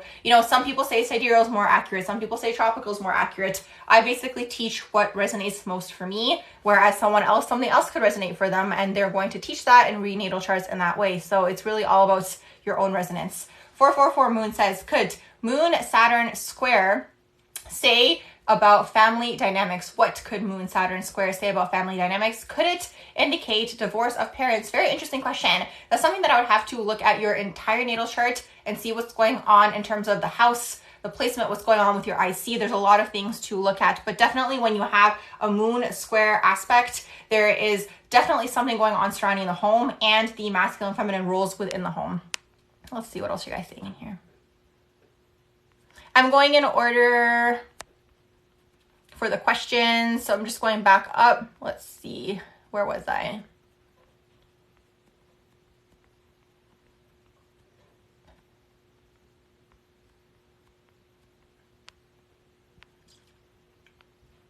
Lilith in the 8th house of Aries. Lilith in the 8th house of Aries. Okay, Lilith, you guys, is the black moon, okay? So it's going to be your shadows that you have to integrate in this lifetime to basically get you where you're trying to get to. So when you have Lilith in the 8th house of Aries, very interesting Lilith placement because Aries deals with power and control. Sorry, the 8th house deals with power and control. Aries is the energy of going after things that you want. The thing is, when you have Lilith in the sign of Aries, you might be overly impulsive. You might be overly, you know, when it comes to making decisions, you might emotionally react and make a decision very fast, and then you might regret it after, and you're like, oh, I shouldn't have done that. I should have thought about it. So that could be something that takes place. And then you have Lilith in the 8th house, where it's like, honestly, Lilith in the 8th house can be like psychological damage for other people is really what that is. Like, that's just like the 8th house energy. And especially when it's in a shadow, they literally know what people are about to say before they say it. So they base their reaction on what that person is going to say. Like, they're that much ahead,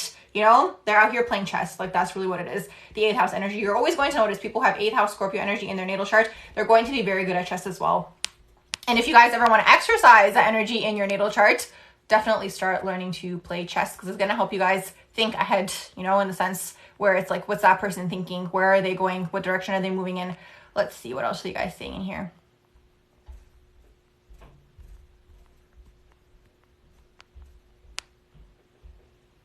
Gemini North Node in the 12th house. You are here to spread some sort of message, okay? Some sort of message. It could be a spiritual message.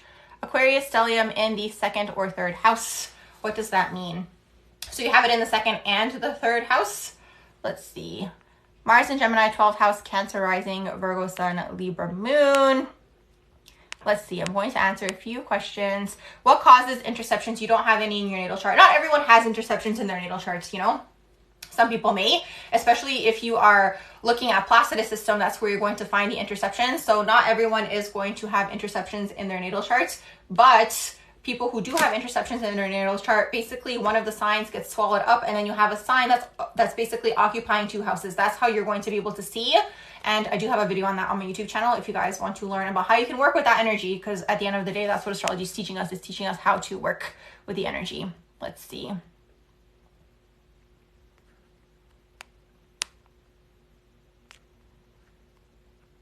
Thank you, your higher self. Oh my gosh, yay. I'm glad you guys love the YouTube channel. For those of you who are joining and you're new here, definitely check out my YouTube channel. I talk a lot on there about astrology. It's called Barbara Talks. Let's see. What else are you guys saying in here?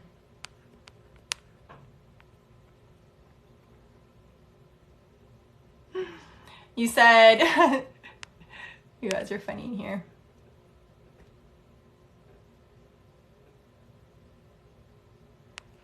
That sounds like beautiful poetry, relative strength. Lucas says, because the patterns and collective experiences of people who share the 12th house are similar. Absolutely, absolutely, absolutely. You know, it takes one to know one. That's all I'm going to say about that. It takes one to know one. What kind of father-child relationship would a Gemini sun deal with typically? Okay, Gemini placements overall. Okay, so Gemini placements, you guys, when you have Gemini in the big 3, so Gemini moon, Gemini sun, and Gemini rising, what tends to happen with this energy in a natal chart is this child has emotionally immature parents, okay? It's kind of like the parents are emotionally immature, the child is kind of left there to basically figure things out for themselves. You know, they're kind of left there to fend for themselves. What tends to happen with Gemini energy sometimes also is there's like a revolving door energy, okay, in their house. So it's kind of like there's a lot of, you know, people coming in, different family members, there could be a lot of relatives coming through, like that type of energy where they're dealing with a lot of different characters. And for this reason, this child now becomes very good at dealing with a lot of different characters in their life. That's very much the Gemini energy. So when you have it in the sun, it is going to deal with the father. So the father maybe was not direct when you have Gemini sun. It could be, again, emotionally immature, this type of energy where it's like the child was kind of like, what's going on? Because it's both parents are emotionally immature when you do have Gemini energy anywhere in the big 3. Let's see. Lucas said, you genuinely would love to hear my opinion of North Node Leo 7th house.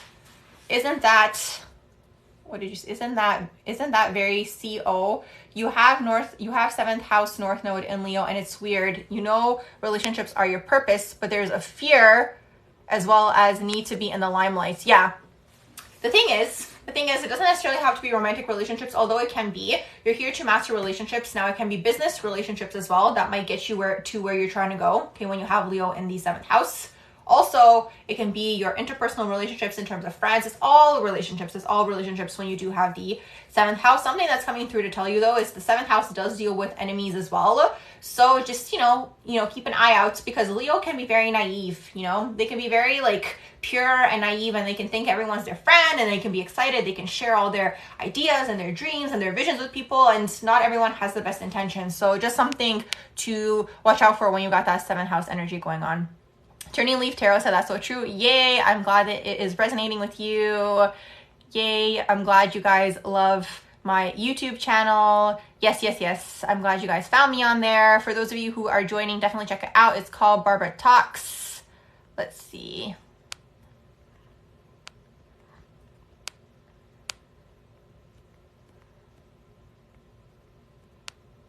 What else are you guys saying in here?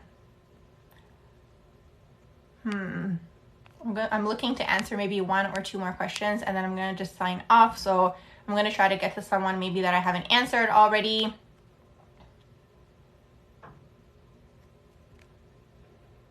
Cancer stellium in the 10th house, Angelica. Okay, so you have Sun, Mars, Mercury, and North Node in the 10th house. Okay, so for you, when you have an abundance of 10th house energy in your natal chart, you're here to work with the public in one way, shape, or form. This can be on a range. The 10th house does deal with authority. Okay, it does deal with authoritative figures. So you might struggle with these people in your life. That could be something. Now, the first authority for everyone is the parents. The 10th house does deal with Saturn, which is the father. Now, it's not the father. It's going to be the dominant masculine role in your life, which is interesting because you got Cancer in the 10th house. Cancer is supposed to be the mother, so there could be something going on here with your own internal masculine, feminine energy with Cancer stellium in the 10th house. Now you have Sun, Mars, Mercury, North Node. So for people, when they have an abundance of Cancer, when they have an abundance of 10th house energy in their natal chart, I automatically look to see what's going on with their 4th house, because the 4th house is opposing the 10th house.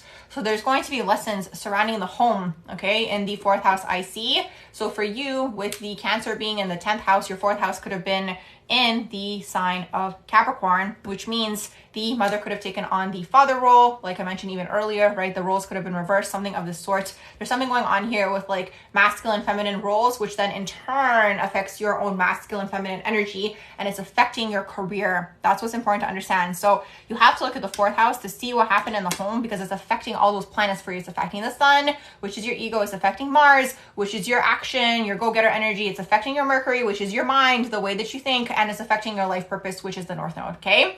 So for anyone in general, when I look at natal charts in general, I always look at 4th house, 10th house oppositional energy to see what's happening, basically, because you can't get to the 10th house. You have to look at it also as a progression, right? You can't get to the 10th house without going through the other houses. So you're always going to have to integrate the lessons of the home. That's for everyone. But then when I see the abundance of 10th house energy in there, it's even more, right? You're even working on that more, because it's all affecting your 10th house, your public image, your career, all these types of things. So I hope that resonated.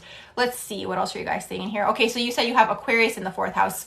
So when you have Aquarius in the 4th house, okay, in that case, what could have happened was it could have been an unconventional home. Having Aquarius in the 4th house, sometimes what tends to happen is because Aquarius is co-ruled by Uranus and Saturn, in that home, you could have had, energies of push-pull between restriction, traditionalism, because of the Saturn, right? And then you could have had unconventional energies happening in the home. There's something that's different that took place in the home, right? And then on top of that, you're going to have Neptune. So you're going to also look at that. You're also going to look at those energies. They're both conjuncting your IC. And then it's all opposing your 10th house, okay? Let's see. What else are you guys saying in here? Let's see. Let me answer one more question.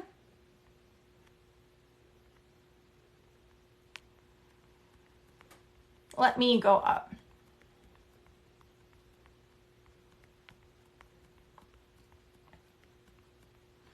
There was another one that caught my eye here. Okay, this is for Melissa. Okay, Melissa, you said you have Taurus rising, Aries sun, and Aquarius moon with Mercury. Thank you guys so much for the likes.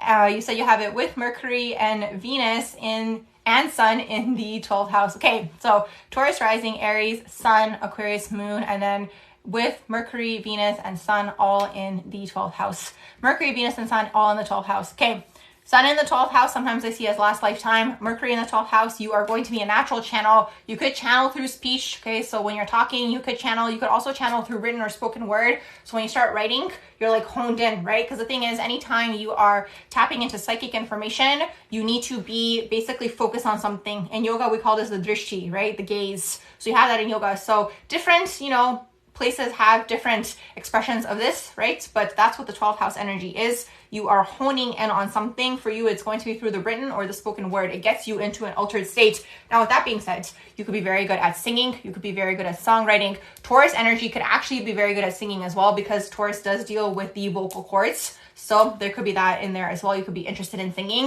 You could be interested in songwriting. You could be interested in poetry. You could also be interested literally in romance, writing all about, you know, romantic novels and films and screenwriting. Like, it's all about the dreams and the visions. And 12th house sun, from what I've observed, a lot of artists have this placement. They have a 12th house sun. So when I say artists, it's going to be musicians, people who sing, people who sometimes I see as it is their last lifetime because they are reaching a large audience. Okay, that's that 12th house sun energy.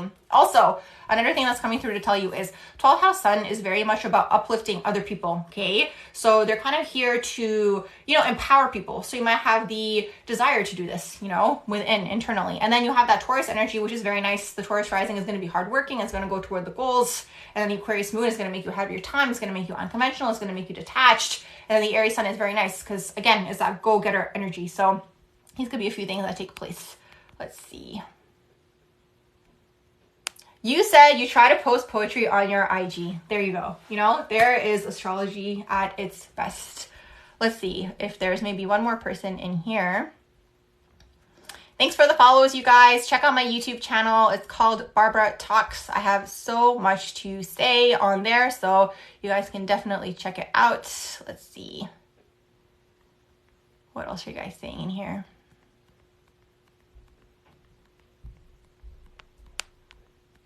I think I covered, let's see if there's maybe one more person. Whoops. I'm just going to go back down, see if there's one more thing that catches my eye, and then I'm going to sign off. Okay, Jojo. Jojo said, where did you go? I lost you. I just had you. Oh, there you are. You said Sun, Moon, Mercury, and Venus, stellium, and Pisces in the 3rd house. Thoughts? If you were in the room when I was talking about the Mercury energy in terms of the 12th house, it's going to resonate with you as well in terms of singing, in terms of using that throat chakra in that sense. Also, for you specifically, because it is all in the 3rd house, you're here to deal with the written or the spoken word. So you have to talk. You have to be in a role where you're speaking. You can't be, let's say, in a job where you're not speaking, you know? Because the manager is going to be like, you're distracting everyone. Like, that's really that energy with the 3rd house. Like, it's the written or the spoken word. You have to be seen in this way, where you're either writing or you're speaking. And the Pisces energy in there is going to give you that romantic undertone, you know, that like dreams, you know, that dreamy vibe is really what that is. And you could dream about this because you do have moon in Pisces. And on top of that, you're going to be very psychic. You're going to be very intuitive. Psychic energy and intuitive energy is pretty much the same energy. You are channeling things from the other side when you are psychic, okay? And that's where creativity comes from. Thank you guys so much for the likes. Thank you, Frequency of Fire, for your comments. Thank you all for being here tonight. If you haven't subscribed already, go check out my YouTube channel, you guys. It's called Barbara Talks. I talk way more on there, and I hope you all have a beautiful rest of the evening.